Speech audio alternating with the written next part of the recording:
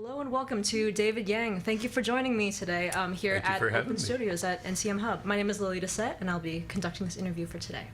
Now, David is a violist, a very accomplished violist, who has performed in ensembles across Europe, Asia, and throughout the U.S. Now, he is also the founder and artistic director of the Newburyport Chamber Music Festival. This is our 23rd season, which is kind of crazy if you think about it. Because you start something and then, 2.5 decades later, you're still doing it. It's kind of strange. It means it must be good. I suppose, right? Or could it just be I'm really stubborn? Also a good asset in this case. We play all around town. The whole idea is that we're kind of try to make ourselves ubiquitous for 2 weeks in August. It's August now? It is August. Yeah. Today's the first day. First day of August. Crept up on me. We started a little earlier this week. We had some overlap with Yankee Homecoming. Oh, It was okay. like, Yankee Homecoming. Adds to the chaos, definitely. Well, first of all, David, would you mind giving us a bit of a self-introduction, talking about your background, where you're from, what made you pursue the viola and classical music? Sure. So, grew up in New York City, and I guess started the violin, well, like a lot of people, I guess there was a semester of recorder and a semester of violin when I was, a wee little slicket. And, recorders, you're not a recorder player, right? So, I had the same experience with you, about one semester of recorder, and that's it. Yeah, I found a recorder, it's kind of lame. Yeah. But, now I'm worried some recorder player friend of mine is going to listen to this. And I like the violin, and I played. I was a decent violinist, somewhat indifferent, but it was fun. And the teacher was like, oh, you should, little David should take some lessons or something like that. And then when I was around, I think 9 or 10, a friend of my father's came to the house. My father had been kind of a professional cellist, and this guy was a professional violist. And he played the viola for us that night. And I called my teacher that night and said, I want to switch now. And it was, violin's kind of high and a little squeaky, and viola was this kind of dark and moody instrument, which maybe reflects my personality. And I probably liked that it was different too, and maybe a little weird. I mean, that probably all fits in also. And then I started working really hard, and I'd been working before, but and I find with a lot of kids, they need to find an instrument that they really love, because you can give a kid and put him in front of the piano, it's like whatever, and then put him in front of, give him violins, whatever, and then suddenly maybe clarinet is interesting, right? The ideas in music, it's not just this idea that musicians play just because they love making the music. I mean, obviously that's part of it, but there's also just this physical aspect to it. Like, why are some kids interested in some sports, right? Maybe you like hitting a ball with a racket or a bat, or basketball, or you like riding a bike or swimming, and some kids are like, I'm not really into ball sports, I'm really into running.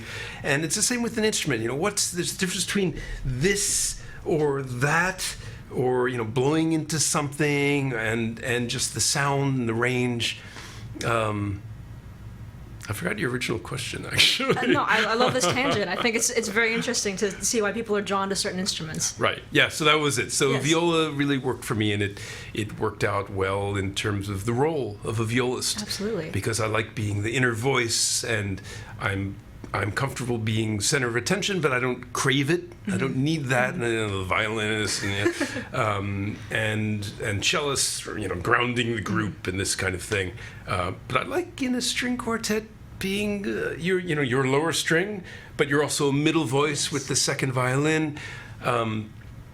And you're just listening all the time around and listening to other people and adjusting to them, but you also can subtly influence what they're doing too.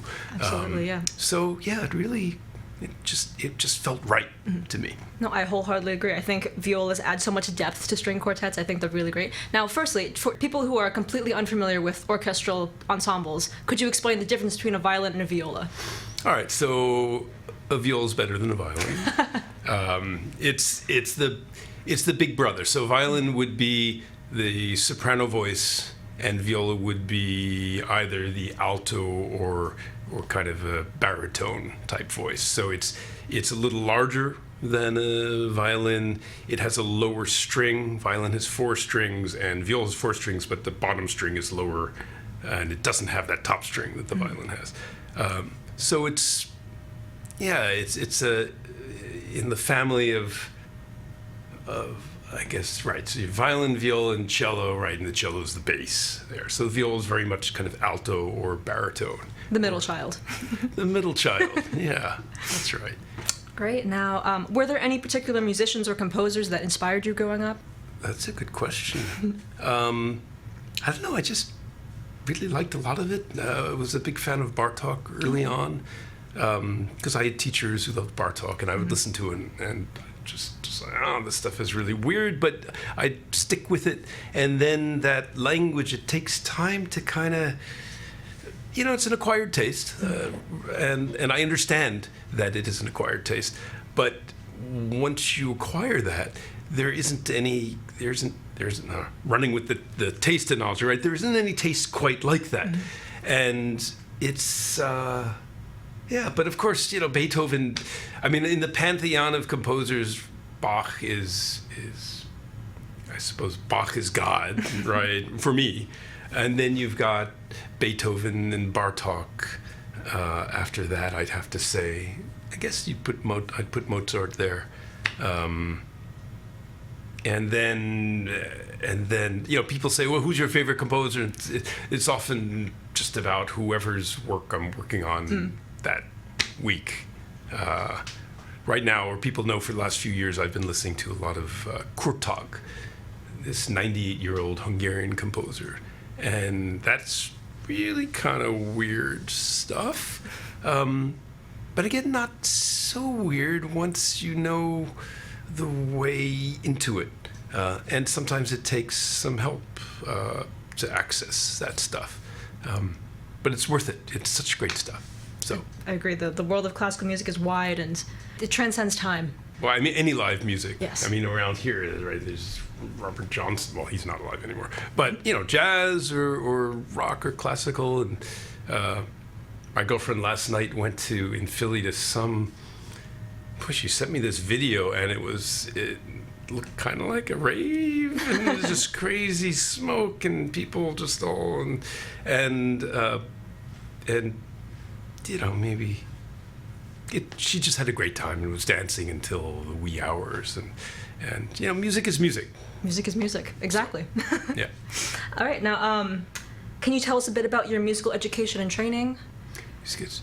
I basically followed various teachers around. So I spent a lot of time studying with Heidi Castleman, who's a well-known teacher in New York, and also with Martha Katz, who was in this group called famous quartet, the Cleveland String Quartet.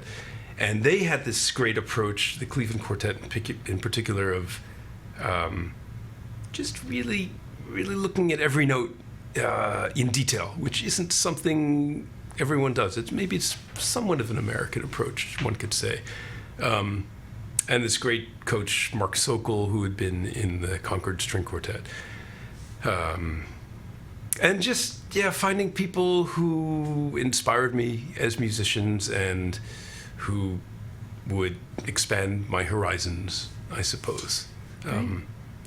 So being from New York, clearly you began your training there. Now, could you tell me a bit about some of the other places you've played internationally or within the U.S.? Oh, well, so I run a festival in Devon, England, also. So that's southwest, closer to Cornwall than to London, if anyone knows.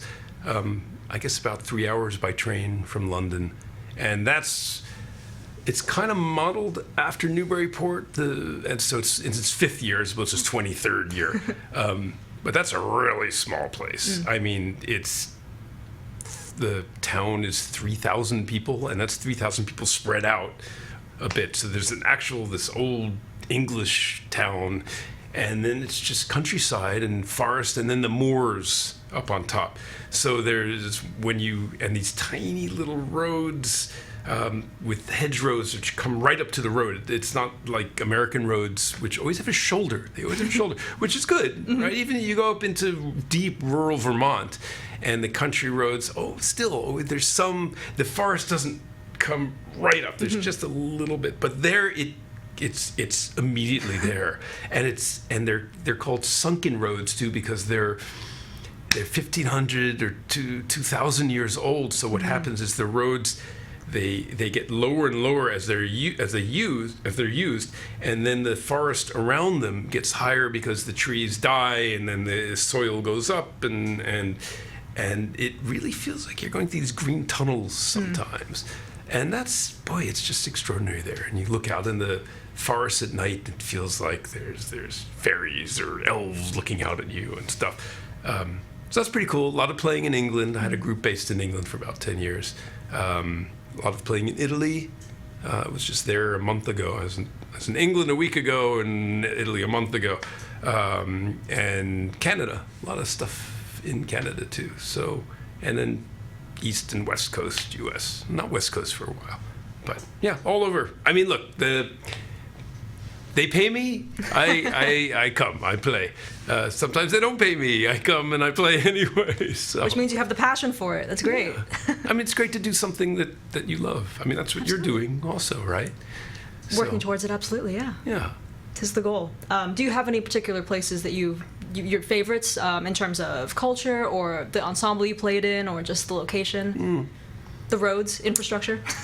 I mean, I guess, yeah, there's two places in the world. I definitely have a thing for Italy, just a bit. So I speak Italian. My daughters are dual citizens, live there for a little while, especially the southern Italy. But I also lived in Finland for a little while, and that's really different from Italy. But I love that too. You know, the Finns, they're serious, and they're a little dour. They're a little insecure because it's Finland. It's this tiny little country that has been invaded and been beaten up by a lot of others, and it's not that old also. But I don't know. I like the north, and the endless forests and lakes and yeah, very different from Italy also. So I guess favorite places in my heart, the Italians and the Finns, I feel very close to. Wonderful. So yeah, I think that the fact that you're able to see so much of the world through this job is amazing. Yeah, sometimes I think that it's almost more this idea of being a musician and having concerts. I mean, it's what you're saying, right? Going all over. It's not more important than the music, but it's definitely a big part of it for me. And I know some musicians who don't like to travel so much, and look, it can get old sometimes. And living out of a suitcase, especially if you're on tour, and it's every night, you can't unpack, and you're like, and you don't even know where we are one day. But it's a great life. It's a pretty great life. You're happy to go. You're happy to come home, and you're also happy to leave, right? So, yeah. Definitely. Well, now let's switch gears and talk about something a bit more local. Would you mind telling us about your mission in founding the Newburyport Chamber Music Festival? All right. Well, yeah, that's an important question. I guess when I first started it with Jane Niebling, who's a local over on Temple Street, this idea was, the phrase I used originally was community-oriented chamber music. And the idea is these musicians come in from, world-class musicians come in from out of town,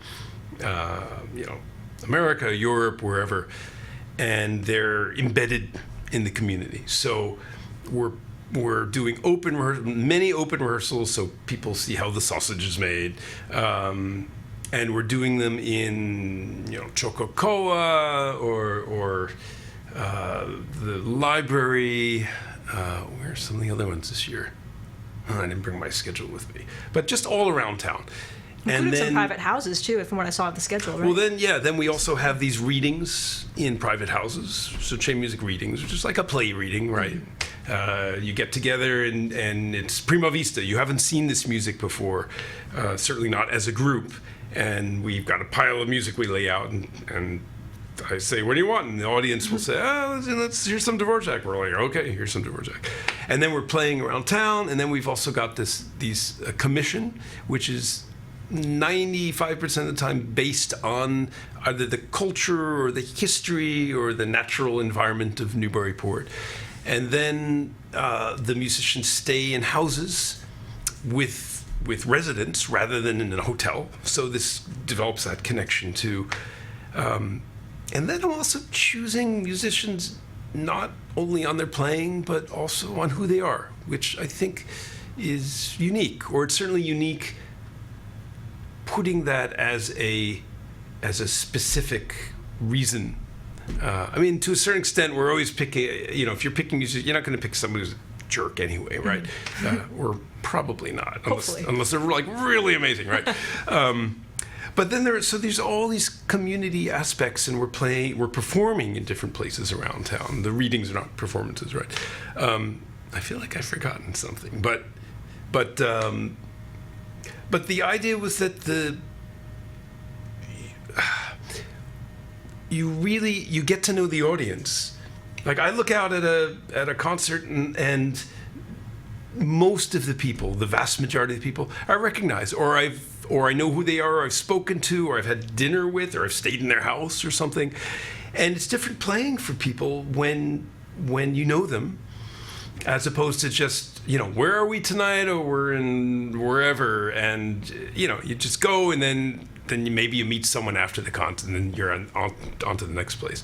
But it's also different for the audience, because they know them. It's like, oh, that's Dave, or that's Solène, or that's Clancy, and oh, I've spoken to them. Oh, and he likes, he's a hiker, or she's a cyclist, or we've spoken about that. So it's like going to a student recital, and you're waiting. It's like another some kids playing this, that. It's like, it's my sister.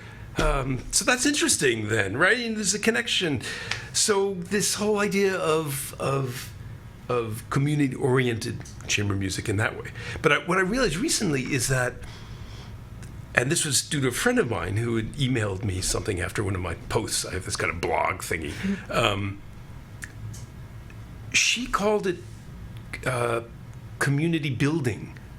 And that's the thing which of course was implicit in what I was doing, but we've actually done it. So you go to these concerts, or there's a lecture that we have, or the readings, and all the people, the audience, it's not just that I recognize the audience and they recognize me, but they also recognize each other. And some of them have talked, and they're like, oh, what did you think of that the Berg lyric suite, or Bartok's second quartet that we played, or that crazy Shostakovich, or the world premiere, and they always talk about that, and then they become friends, and you really wind up with this community that has been created around this crazy event of people coming and making sounds, and it's just deeply gratifying to me to see that. Yeah, a long-standing community too, 23 years. I know, it's crazy. What's wrong with these people?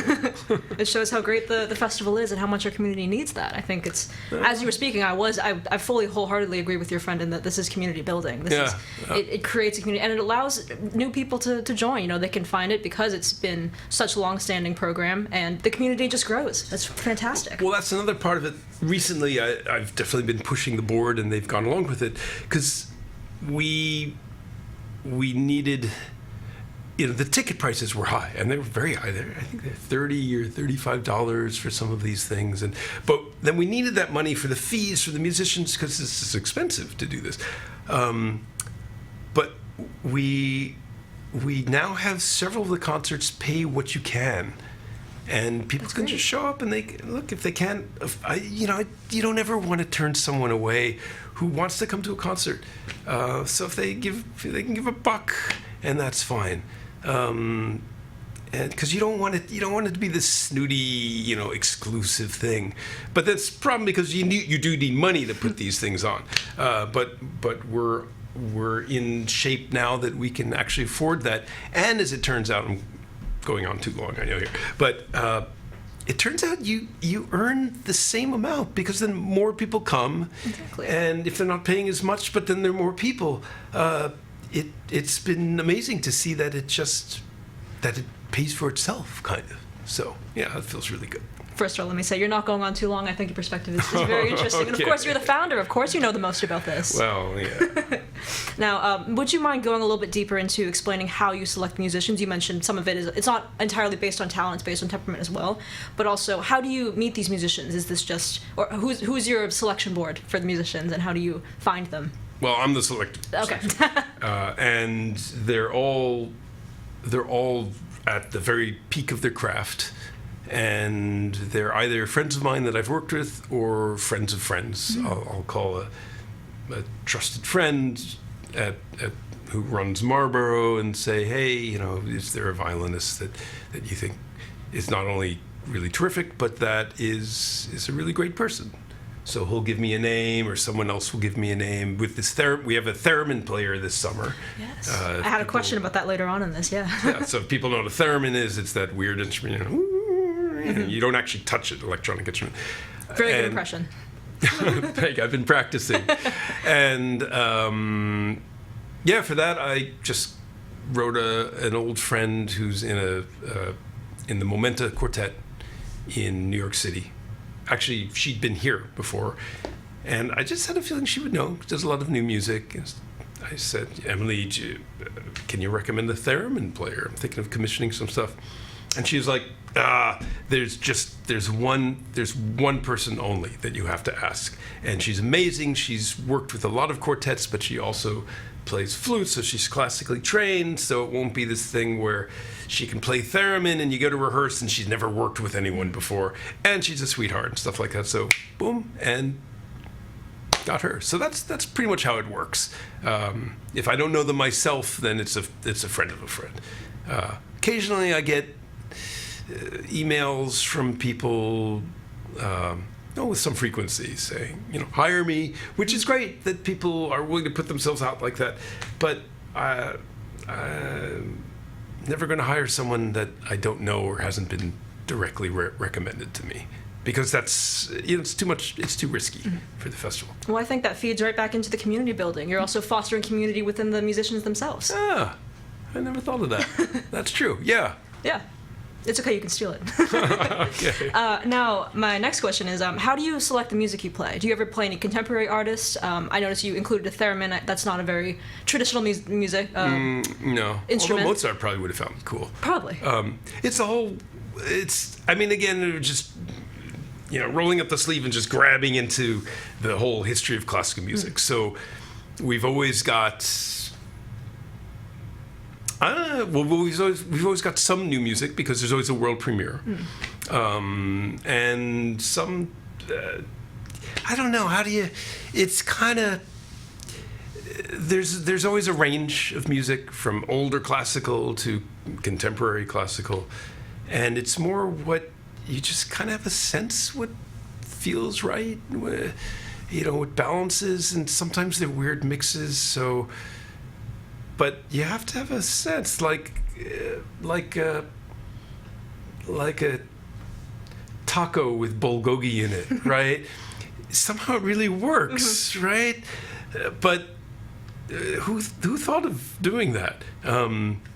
So to have Kurtag this summer next to Haydn, for instance. So this 98-year-old composer is still alive, versus someone who died 200 and whatever years ago, and it can work, but it has to be curated very carefully. So, and that's your role as artistic director to that is select the music for the show. Right, and music that I like too. Exactly. So maybe the whole thing's just some massive ego trip. That's entirely possible. Hey, it's your brainchild. It's your project. Yeah. But yeah, also I have to do things which people like, and I have to sell it to them.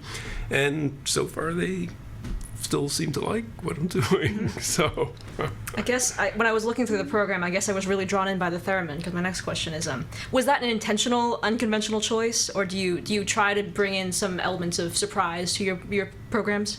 Yeah, we've done some really weird commissions. So it's theremin this year. Last year we had a singer, but it was by John Deek, where it's kind of music and theater. So she was singing, but had to make all sorts of weird voices, and we're playing, and we also have to speak. We've had a tuba and string quartet.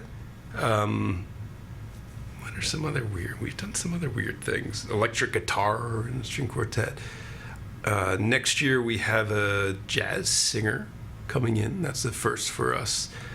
And what I'd really like to do at some point, I'd love to have like a pipa or an orhu, or erhu, I guess you pronounce, right? That would the be Chinese great. thing. Yes. I love it. They're beautiful. But I think that would be really fun. Definitely. There are all sorts of weird instruments. I like the idea of bringing in something that people haven't heard. But then we've also had piano quintets and string quintets or string sextets and stuff. So I don't know. It's fun. Definitely. So are you able to find arrangements that include these unconventional instruments, or do you have to write the arrangements yourself? How do you incorporate these unconventional Well, instruments? sometimes, usually there's always a commission. Oh, sitar. We had a sitar, which was really cool. There's always a commission that will then include that plus a string quartet. I see. Well, we did a marimba.